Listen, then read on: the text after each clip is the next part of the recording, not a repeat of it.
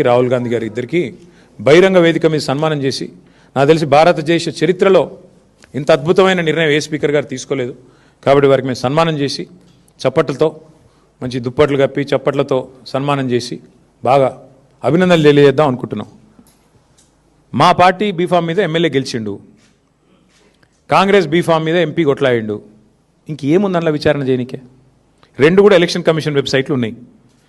ఏ B Pharm మీద ఎమ్మెల్యేకి పోటీ చేసిండో ఉంది, ఏ బీఫామ్ మీద ఎంపీకి పోటీ చేసిండో ఉంది. ఇక అది కూడా స్పీకర్ గారు రిజెక్ట్ చేసిందంటే అందుకే ఆయనకు తప్పకుండా సన్మానానికి ఆయన అర్హుడు.